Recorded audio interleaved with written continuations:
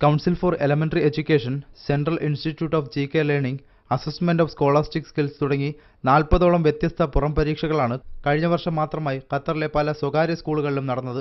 ചില അധ്യയന വർഷങ്ങളിൽ 50ഓളം പരീക്ഷകൾ നടന്നിട്ടുണ്ടെന്ന് MES ഇന്ത്യൻ സ്കൂളിലെ literary activities chief coordinator Manmadhan Mampally വ്യക്തമാക്കി.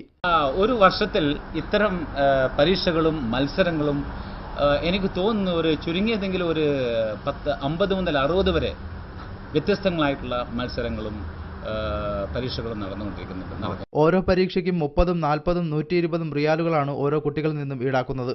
പരീക്ഷകളൊന്നും നിർബന്ധമല്ല എന്ന ന്യായീകരണം ഇവർ ഇതിനായി നിരത്തുന്നുണ്ട്.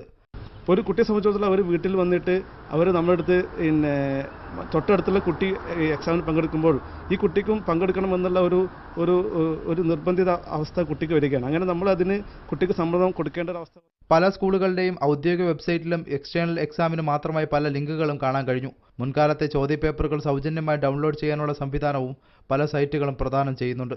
രൂക്ഷമായ പ്രതികരണങ്ങളാണ് ഓരോ രക്ഷകർത്താക്കളുടെ ഭാഗത്തു നിന്നും ഉണ്ടായത്.